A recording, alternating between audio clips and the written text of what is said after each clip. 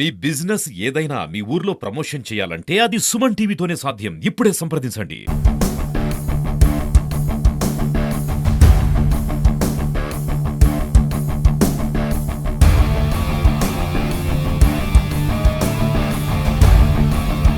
అందరికీ నమస్కారం. ఈరోజు జిల్లా పరిషత్ ఆఫీస్ ప్రాంగణంలో సావిత్రిబాయి పులే గారి విగ్రహాన్ని ఆవిష్కరించుకొని, అంటే గతంలో భారతదేశంలో వర్ణ వివక్షకి, కుల వివక్షకి గురైనటువంటి ఒక సామాజిక వర్గంలో పుట్టినటువంటి సావిత్రిబాయి పులే గారి ఆశయాలు కొనసాగించేటువంటి ఆలోచనతో ఇంతకుముందే ఇక్కడ మనం జ్యోతిరావు పూలే గారి విగ్రహాన్ని స్థాపించుకోవడం జరిగింది. ఆ విగ్రహం పక్కనే వారిని దంపతులు కూడా ఉండాలని తెలిసినటువంటి ఈరోజు ఈ కార్యక్రమం నిర్వహించుకో జరుగుతూ ఉంది. మనందరికీ తెలుసు, భారతదేశంలో గతంలో అనేక వర్ణ వివక్షలు గురయ్యేటువంటి పరిస్థితి చూసాం. వాటన్నిటిని ఎదుర్కొని ఒక సామాన్య మహిళగా ఆమె చదువు నేర్పించి పెళ్ళైన తర్వాత ఆమె ఒక టీచర్గా తీర్చిదిద్ది, ఆ టీచర్ తోటి ఆ ఊరి గ్రామంలో ఉన్నటువంటి పాఠశాలలో చదువు నేర్పించాలంటే ఒక లక్ష్యంతో వెళ్తుంటే అనేక అడ్డంకులు ఎదురయ్యి చివరికి ఆమె వెళ్తున్నటువంటి దారిలో ఆమె మీద బురద చల్లేటువంటి, అంటే ఒక మట్టి తీసుకొని బురద చల్లి బట్టలు కూడా పాడేటువంటి పరిస్థితి కనిపిస్తే కూడా మొక్కువని దీక్షతో ఆమె పిల్లలు చదువు చెప్పాలి, సమాజం బాగుండాలనేటువంటి ఆలోచనతో అదే ఒక అవమానాలు భరిస్తూ కూడా వెళ్ళి పాఠాలు చెప్పి పిల్లల్ని ఎంతో అభివృద్ధి దిశగా తీసుకొచ్చినటువంటి ఘనత ఆవిడికి పూర్తి సహాయ సహకారం తీస్తూ జ్యోతిరావు పూలే గారు అప్పట్లో ఎదుర్కొని ఈ యొక్క వర్ణ వివక్షని, కులవక్షని, వెనుకబడిన వర్గాల వారికి ఉన్నతమైనటువంటి స్థానం కల్పించాలి సమాజంలో ఆలోచనతోటి వారు అనేక సంస్కరణలు తీసుకొచ్చి గొప్ప సంస్కృతవేత్తగా మన భారతదేశంలో నిలబడిపోయిన వ్యక్తిగా మనం గుర్తించుకోవాలి. కాబట్టి అలాంటి మహనీయుల విగ్రహాన్ని మనం ఏర్పాటు చేసుకుంటున్నది వారి బాటల్లో మనం నిలబడాలి.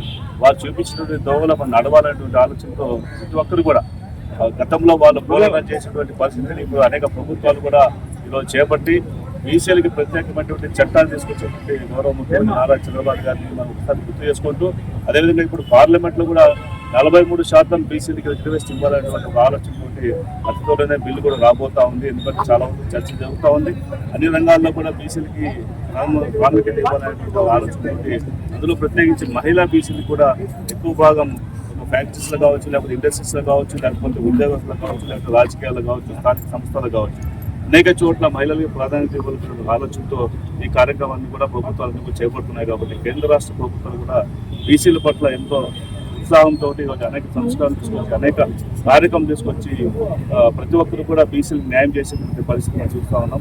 అతి త్వరలోనే చట్టసభల్లో కూడా బీసీల యొక్క ప్రాధాన్యత పెరుగుతుంది. అందులో ప్రత్యేకించి మహిళల యొక్క ప్రాధాన్యత పెరుగుతుంది. కాబట్టి మనమందరూ కూడా బీసీల పట్ల ప్రభుత్వంతో పనిచేసుకుంటూ ఈ సమాజంలో ప్రతి ఒక్కరు కూడా మనం ముందుకు తీసుకునే ప్రయత్నాల్లో భాగంగా బీసీ, ఎస్సీ, ఎస్టీ, మైనార్టీలందరికీ కూడా అన్ని రంగాల్లో కూడా ముందుకు తీసుకొచ్చే ప్రయత్నాన్ని ప్రభుత్వం చేపడుతున్న ఈ సందర్భంగా అందరికీ నమస్కారము. ఈరోజు ఉమ్మడి అనంతపురం జిల్లాలో జిల్లా ప్రజా పరిషత్ కార్యాలయంలో సావిత్రిబాయి పూలే గారి విగ్రహాన్ని ఆవిష్కరించుకోవడం జరిగింది. ఎందుకంటే ఈ సమాజంలో అణగారిన వర్గాల వారికి సమాన హక్కులు రావాలి, సమాన అవకాశాలు రావాలి అని పోరాడినటువంటి మహనీయులలో మహాత్మా జ్యోతిబా పూలే గారు ఒకరు. ఆనాడే ఆ కాలంలోనే ఆయన మహిళల కోసం ఎంతగానో ఆలోచించారు.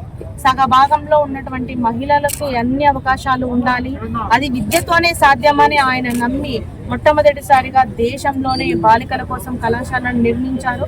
తన వంతుగా కూడా తన భార్యని చదివించి ఆమెని మొట్టమొదటి టీచర్గా చేసిన ఘనత కూడా మహాత్మా జ్యోతిబా పూలే గారికి దక్కుతుంది.